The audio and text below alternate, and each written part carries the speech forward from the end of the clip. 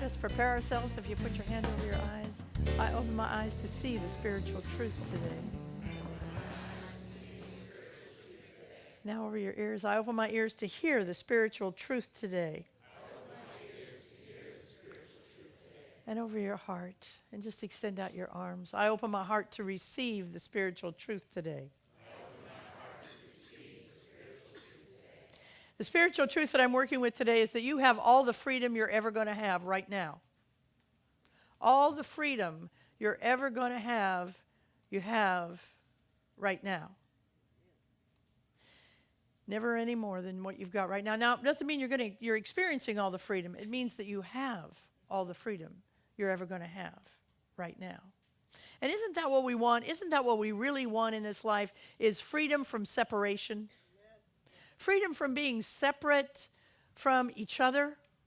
Freedom from being separate from our wealth. Freedom from being separate from anything that we want in the world. Freedom from being separate from our self-esteem. That's what we want in this world, isn't it? So let's start 2016 by signaling to Spirit, to God, to Allah, to Elohim, to the sacred grandmother self, to infinite wisdom, to divine intelligence. Let's signal 2016 to Great Spirit. We're ready. We're ready for more freedom in our life right now. See, true freedom is never external. It's always internal. That's what true freedom is. No institution, no person, no place, no society, no stupidity can take our freedom from us. Because what God gives us, no person can take away. So the freedom that we have right now can always be with us. See, Nelson Mandela, he spent 27 years in jail. And he often said, they took my liberty, but they never took my freedom. Mahatma Gandhi was in jail in India, in jail in Great Britain, in jail in India, jail in Great Britain. And he often said, they never took my freedom. They didn't take what was in my heart or my head. They took my liberty. Harvey Milk, they never took Harvey Milk's freedom away from him. They cut his life short. But while he was alive, he was free. And the greatest example of this in all of our life is Viktor Frankl, who was in a concentration camp. And he too said, they never took my freedom. They never took what was in my heart. They never took what was in my mind. They took my liberties, but they never took the freedom away from me. And that's what we want to have more and more of, is an experience of freedom, no matter what the externals look like. Because once we get this freedom inside of us, in consciousness, once we understand today's spiritual principle, that we are free, then the external will begin to look freer in our life. Now, it's January here at CSA, and usually in January, I take the whole month and I talk out of this big old book called The Science of Mind, written by our founder, Ernest Holmes. I join Science of Mind communities all over the world who spend the first 4 Sundays in January looking at the first 4 chapters of this book. Now, our mothership, the Centers for Spiritual Living, has changed this year, and so this year they're asking people to talk about a world that works for everyone. That's the theme for the Centers for Spiritual Living, a world that works for everyone. And I love the intention of that theme. For me, it's just a little bit vague. So we took that theme and we kind of broke it into think it, speak it, be it. We're all in this together. And this Sunday, I'm going to just pay homage to our founder, Ernest Holmes, and look at the wisdom that he shared in another book. It's a book called Living the Science of Mind. And it's a collection of essays by Ernest Holmes. And in one of these essays, this, by the way, is much easier to read than Science of Mind. For those of us who just want to know the more cliff notey things, this would be one of them. But in it, he says this, still very deep. He says, we believe the ultimate goal of life to be a complete emancipation from all discord of every nature and that this goal is soon sure to be attained by all, meaning we're all in this together. This goal is sure to be attained by all. Well, the shorter version of this statement by Ernest Holmes, that is, when we learn to walk around awake and aware that we are one with everyone and that we are always free, we will begin to understand what this means on a real feeling level. You know, when I started going to church, people would say to me, "What are you doing? I heard you were going to church. What is that about?" Because what they had known me as somebody who was sort of a radical political leftist. And so I often said during those times, both in public discourse and in private discourse, I would say religion is the opiate of the masses. That was something I repeated from somebody else, but I said it frequently. And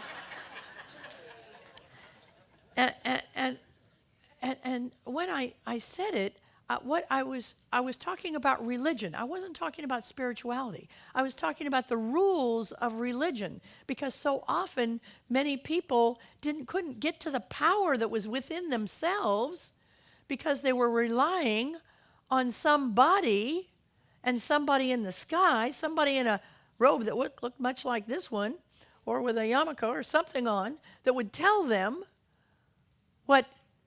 how to behave. And if you behaved in a certain way, then you got the teachings and you got the benefit. But you could only get the teachings and get the benefit if you knew this certain person who could interpret the teachings for you. But the truth is, none of that's true. None of that is true. See, I understood that I didn't need anybody on my behalf to be able to access the power that was within me.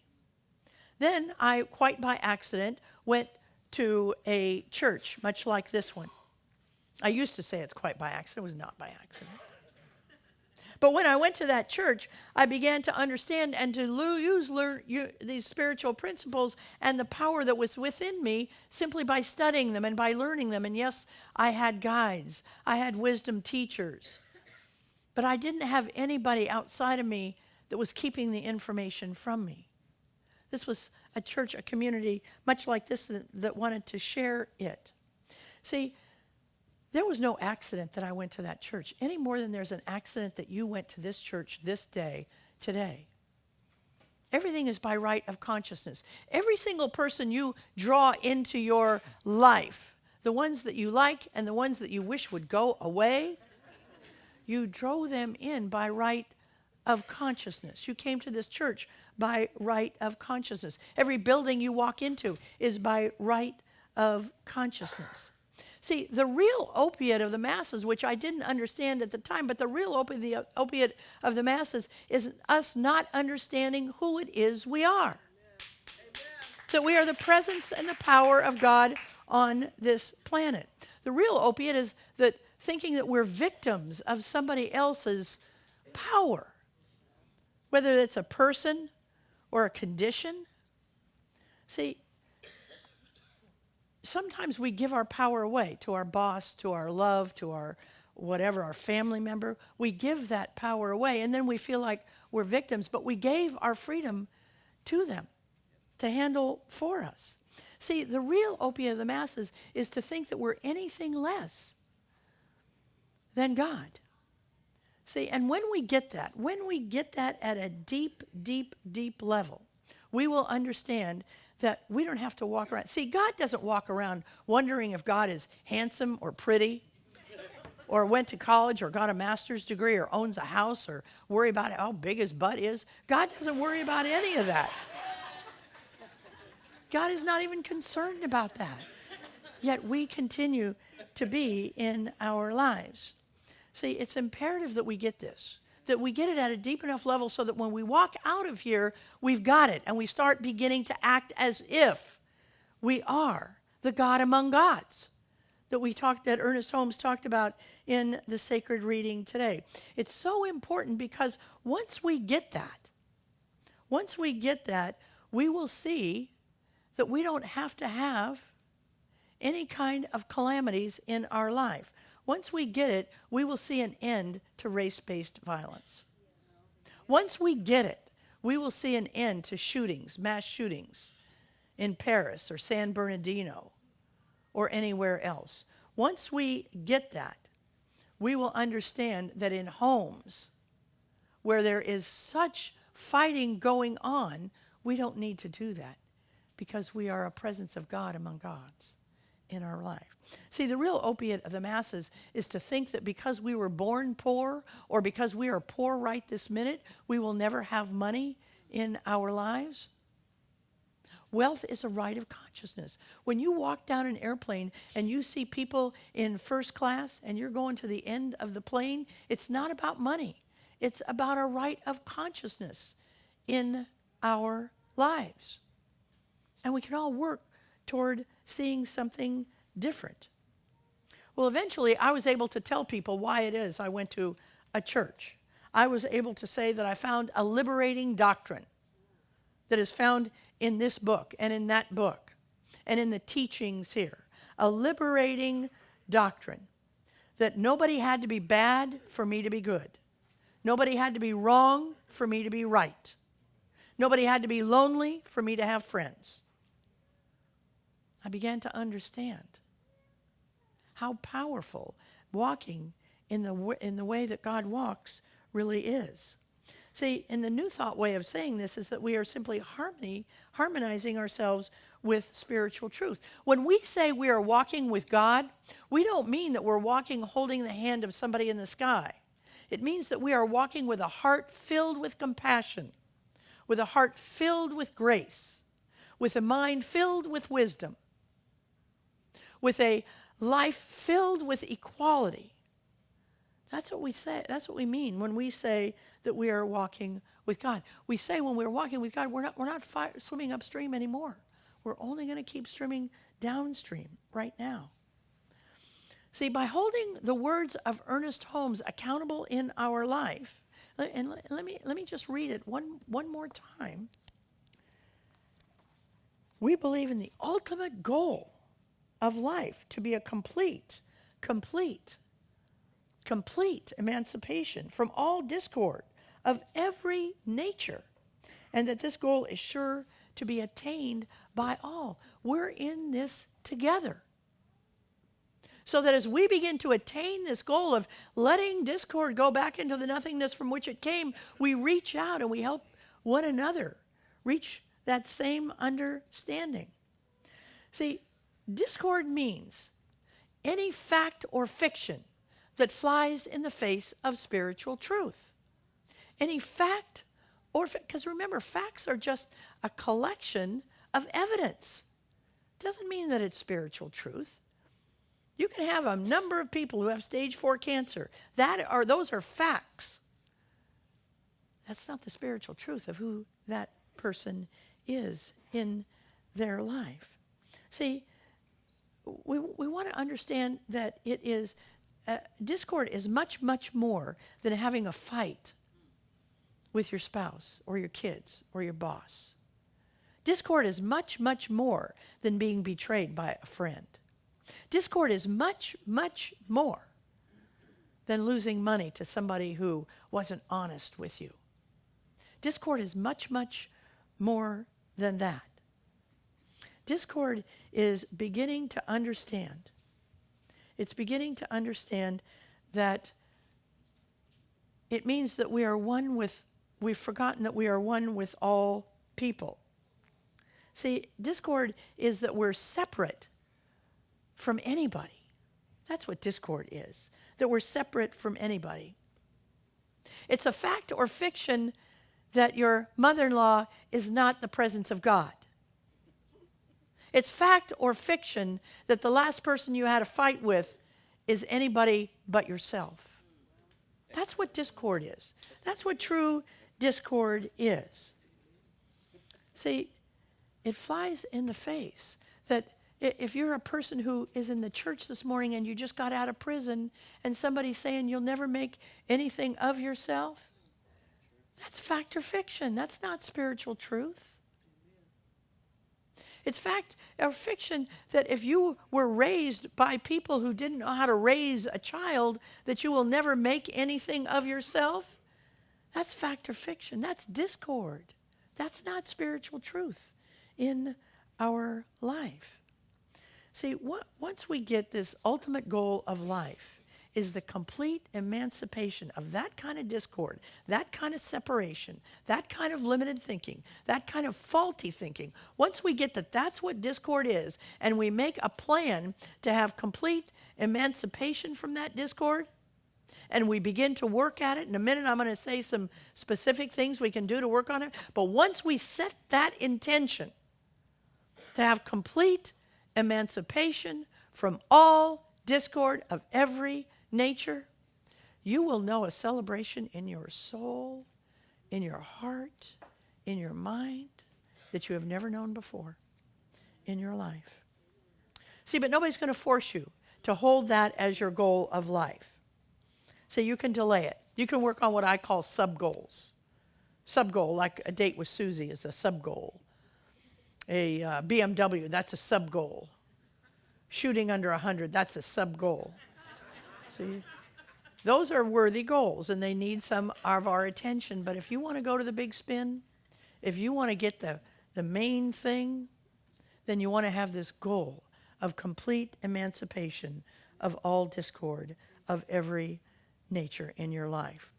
But here's what has to happen. You have to hold yourself accountable. You have to hold yourself accountable.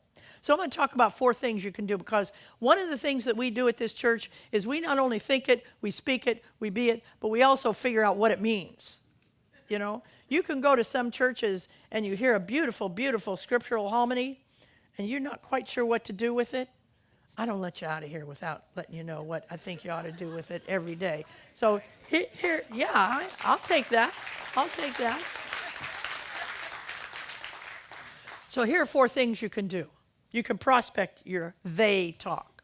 They talk. You know, they don't treat me right. They spend money foolishly.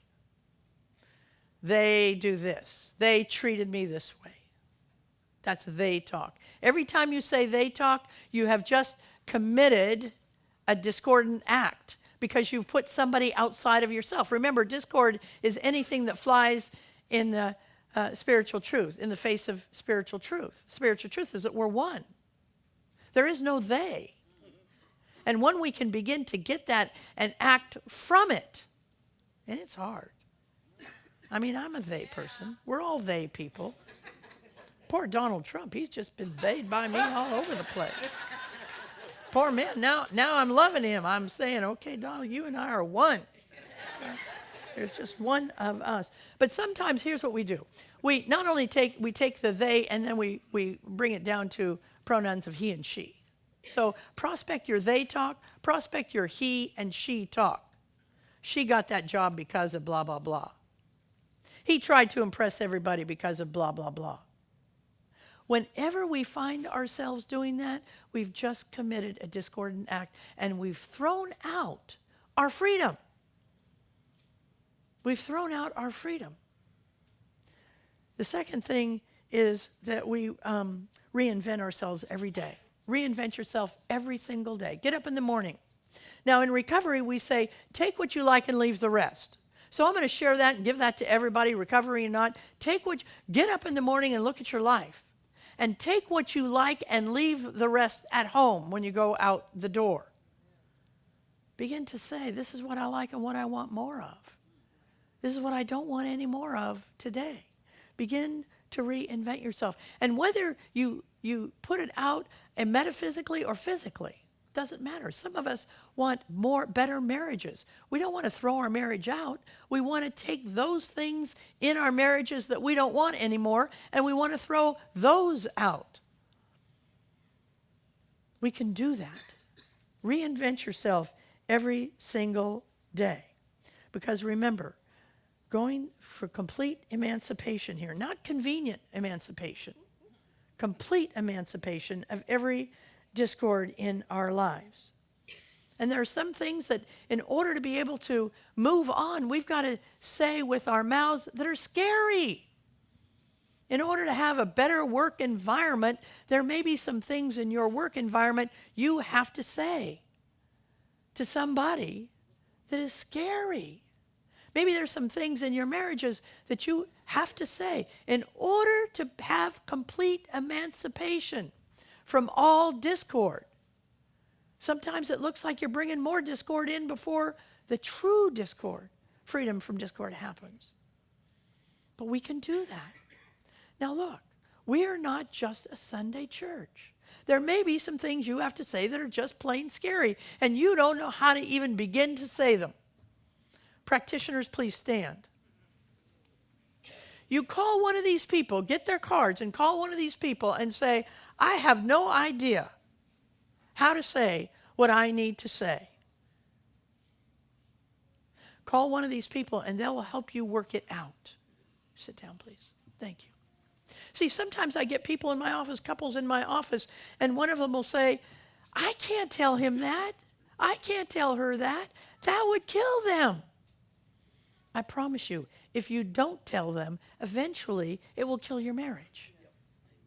If it's enough to get you to come in my office and talk about it, it's big enough that if it's not dealt with, it will kill your marriage.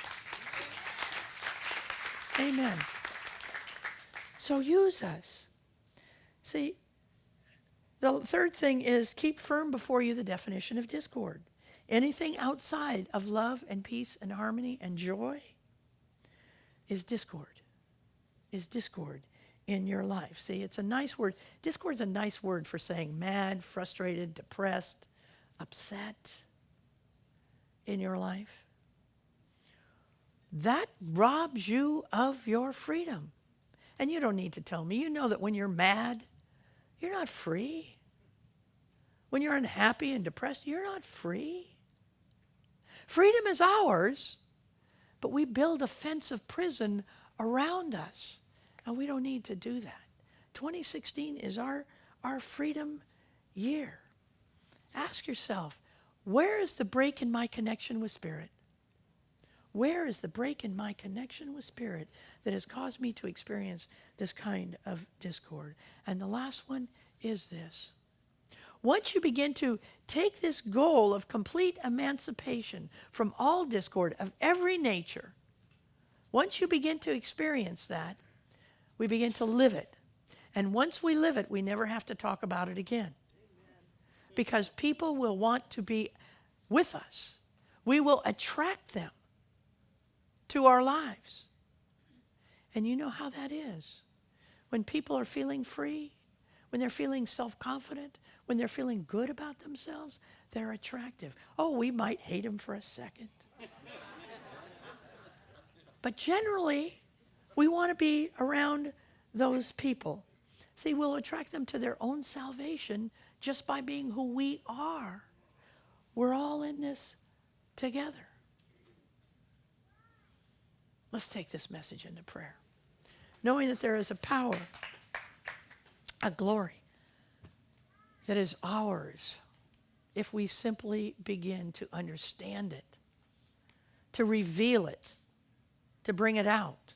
It's the power and the glory of the Most High God, the one that hung the sun this morning and the moon last night.